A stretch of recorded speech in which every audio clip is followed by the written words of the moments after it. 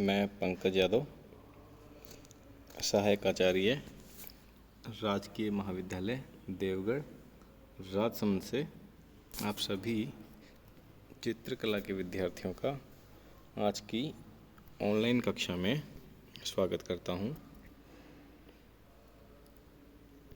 हमारा जो पहले चैप्टर चल रहा था वह था बौद्धकालीन चित्रकला या फिर अजंता गुफाओं की चित्रकला।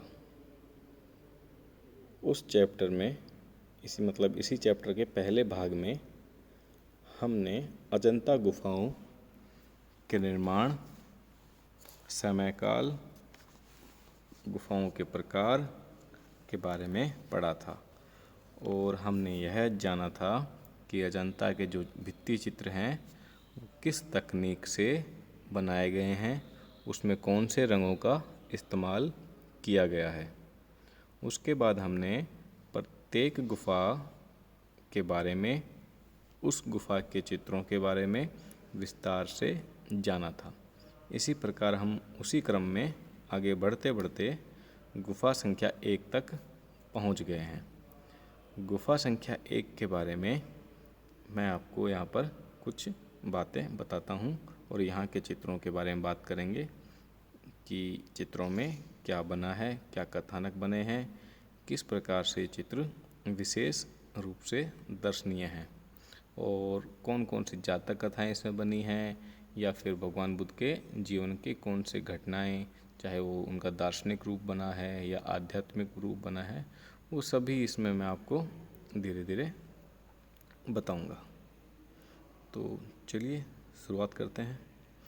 तो सबसे पहले इस गुफा के बारे में जो हमारे पास जानकारी है वह है कि यह गुफा 500 ईस्वी से 625 ईस्वी के मध्य बनी थी और यह एक गुफा जो है इसमें 64 कोठरियाँ बनी हैं। ये इसमें थोड़ा मिसप्रिंट है, 64 की जगह ये 14 कोठरियाँ होनी चाहिए थी कि तो 14 कोठरियाँ यहाँ बनी हुई हैं। और लेकिन जो स्तंभ है यहाँ पर वह स्तंभ 64 स्तंभ हैं। यहाँ पर 64 स्तंभ यहाँ के सारे ये पूरी गुफा खड़ी है, क्योंकि आपको पता ही है ये गुफा जो है वो पहाड़ को काट कर बनाई गई है। इसलिए अब पहाड़ को काट के बनाई गई है तो उसमें पहाड़ को काट कर स्तंभ भी बनाए गए हैं। तो कुल मिलाकर यहाँ 64 स्तंभ हैं और इस गुफा की जो गहराई है वह भी लगभग 64 फुट के करीब ही है। और आपको यह भी पता होगा कि यह जो गुफा है यह एक विहार गुफा है, क्योंकि हमने आपको कुछ गुफाओं के नाम बताए थे कि कुल 6 गुफाएं ही कौन सी गुफाएं हैं, स्तूप गुफाएं हैं। उनके अलावा जितने भी गुफाएं हैं वो सभी की सभी क्या हैं, विहार गुफाएं हैं। तो यह भी एक विहार गुफा है। तो आपको एक बार फिर से रिमाइंड करा देता हूँ, पुनः स्मरण करा देते हैं कि कौन कौन सी गुफाएं चैत्य गुफाएं थी। चैत्य गुफाएं का मतलब आपको पता था, जिसमें बौद्ध भिक्षु पूजा करते थे या फिर उसमें एक स्तूप बना होता था। तो चैत्य गुफाएं थी गुफा संख्या 9, गुफा संख्या 10, गुफा संख्या 19 और 26 और गुफा संख्या 30। तो इस प्रकार से 5 गुफाएं चैत्य गुफाएं, बाकी गुफाएं विहार गुफाएं। तो ये जो चित्र बने हैं, ये चित्र मतलब गुफा संख्या 1 में जो चित्र बने हैं वे चित्र 2 अलग अलग राजवंशों के समय यहाँ बने, क्योंकि लंबा समय काल था, लंबे समय काल 100 साल तक ये बनते रहे। निर्माण हुआ पहले गुफा का, फिर चित्र बने, फिर उसके बाद भी चित्रों पे चित्र बनते गए। तो इस प्रकार से यहाँ 2 राजवंशों के समय काल के चित्र बने हैं। यहाँ पर एक वाकाटक राजाओं के समय चित्र बने, दूसरे चालुक्य राजाओं के समय चित्र बने। तो हुआ कैसा कि पहले वाकाटक राजवंशों का राज रहा तो उसके समय चित्र बने, उनके समय के चित्र थोड़े अधिक सुंदर हैं। उसके बाद जो चालुक्य काल के राजा आए उनके समय भी चित्र अच्छे हैं, पर उनमें थोड़ा कह सकते हैं कि साज सज्जा पर विशेष ध्यान दिया जाने लगा चित्र में। तो उस हिसाब से जब चित्र में अलंकरण बढ़ जाता है तो कई लोग ही है कहते हैं कि चित्रकला में अलंकार बढ़ गए हैं तो कला का पतन हो गया है। मतलब कला में रंग और रेखाओं पर विशेष ध्यान देना चाहिए, ना कि उसके सौंदर्य पे ज़्यादा। ये अलग अलग विद्वान हैं, सबका अलग अलग मत होता है।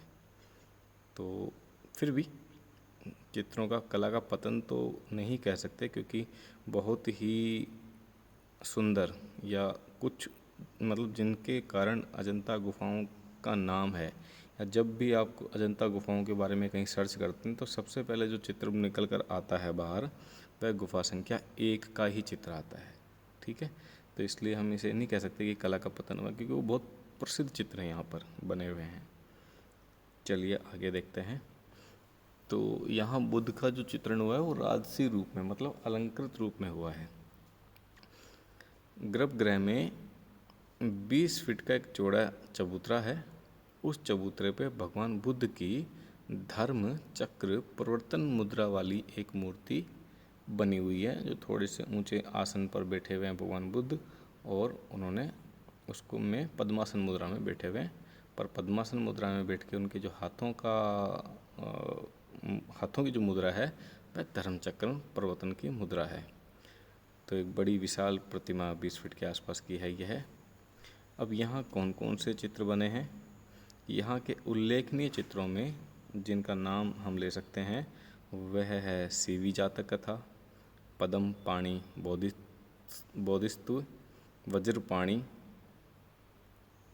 मारविजय, चालुक्य राजा पुलकेशियन द्वितीय के दरबार में ईरानी राजदूत का चित्र, या श्रावस्ती का चमत्कार नामक एक चित्र, और नृत्य वादन का चित्र भी यहाँ बने हुए हैं। इसके अलावा ऐसा नहीं कि यही बने हैं, इसके अलावा और भी कई चित्र हैं, जिसमें नंद और उनकी पत्नी की कथा का चित्र भी बना हुआ है, जो हमने गुफा संख्या 17 में पढ़ा था। उसके आगे का भाग या उससे जुड़ा हुआ ही भाग यहाँ बना हुआ है। और इसके अलावा यहाँ महाजनक का वैराग्य, यहाँ बड़ी सुंदर चित्र जातक कथा है उसका चित्रण हुआ है। इसके अलावा चांपे जातक कथा है उसका भी चित्रण यहाँ हुआ है। नागराज की सभा का चित्र यहाँ बना हुआ है, और अवलोकितेश्वर बुद्ध का चित्र बना है। बहुत सुंदर सुंदर चित्र इस गुफा में बने हैं और अच्छी कंडीशन में हैं। नष्ट तो हो ही रहे हैं, फिर भी अच्छी कंडीशन है उनकी आज की दृष्टि से देखते हुए। तो ये सभी चित्र गुफा संख्या 1 में बने हैं।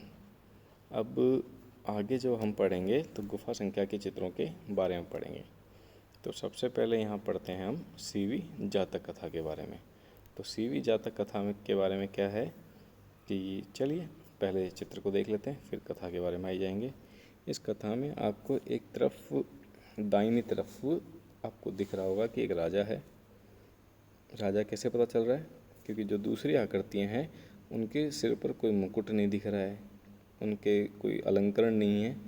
इस वाले जो दाईं ओर का जो मानव आकृति है, इसके गले में हार है, हाथों में कड़े हैं, कंगन हैं, और सर पर बहुत ही सुंदर मुकुट है।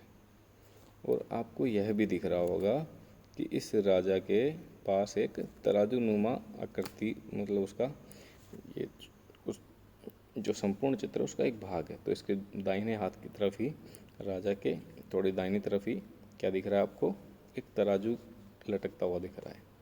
तो ये पूरा काम है तराजू का। तराजू है, राजा है, चिंता करते हुए लोग हैं। तो ये क्या कहानी है, क्या कहानी का क्या प्लेटफॉर्म है, वो मैं आपको बताता हूँ। कि भगवान बुद्ध क्या थे, एक बार पूर्व जन्म में, क्योंकि जातक कथा तो पूर्व जन्म की कथा है, पूर्व जन्म में एक राजा सीवी के नाम से इनका जन्म हुआ था। और जो राजा सीवी था वो अपने दानवीरता के लिए बहुत प्रसिद्ध था और बहुत दयालु प्रवृत्ति का भी था। तो एक बार क्या हुआ कि एक बाज उनके एक कबूतर उनकी गोदी में आकर कहीं से गिर जाता है, और ऊपर से एक बाज आता है। बाज कहता है कि यह मेरा शिकार है तो मुझे ये दे दो। और अब तो ये धर्म संकट हो गया राजा के लिए, क्योंकि राजा के गोद में आके वो कबूतर गिर जाता है, तो उसकी रक्षा करना राजा का धर्म होता है। तो रक्षा कैसे करे? तो इधर भी धर्म है।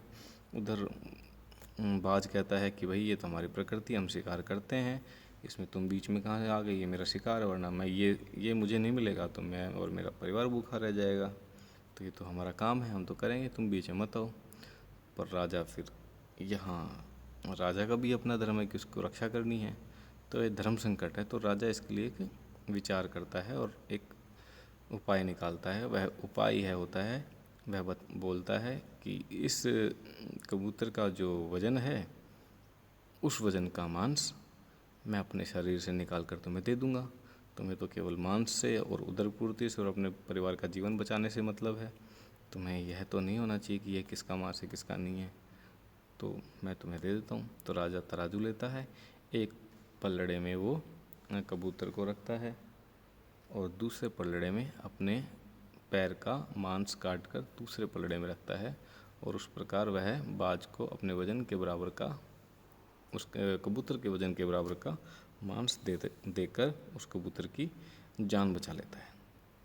तो उसी कथा का बड़ा ही रमणीक चित्र यहाँ हुआ है, बहुत ही मतलब करुणा से भरा हुआ चित्र देखिए आप किस प्रकार रंगीन चित्र है, किस प्रकार अलंकरण है। पीछे जंगल की फूल पत्तियाँ दिख रही हैं, पास में राजा के कुछ मतलब प्रियजन दिख रहे हैं, जो बड़े ही, जनता दिख रही है जो इस करते से बड़ी दुखी हो रही है कि राजा को अपना अंग काट के देना पड़ रहा है या राजा को अपना मांस देना पड़ रहा है। पर राजा के चेहरे पर आपको किसी भी प्रकार का दुख, दर्द दिखाई नहीं देता है। अब तो कथानक तो मैंने आपको बता ही दिया है।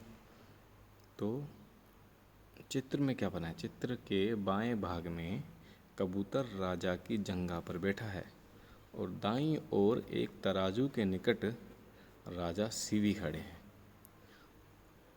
और उनके समीप जो खड़े लोग हैं वो दुख और आश्चर्य की मुद्रा में, दुख कि राजा ऐसा त्याग कर रहा है और आश्चर्य कि मतलब इस प्रकार का भी त्याग कोई किसी अन्य प्राणी के लिए कर सकता है। इस प्रकार का ही चित्र यहाँ बना हुआ है। और दुख की बात कि चित्र का काफ़ी भाग नष्ट हो गया है, तो यह भी एक दुखद घटना है अपने लिए। तो आपको पता लग रहा है कि किस प्रकार सुंदर चित्र यहाँ बने हुए हैं। आगे की कक्षा में और सुंदर सुंदर चित्रों के बारे में हम चर्चा करेंगे। तब तक धन्यवाद।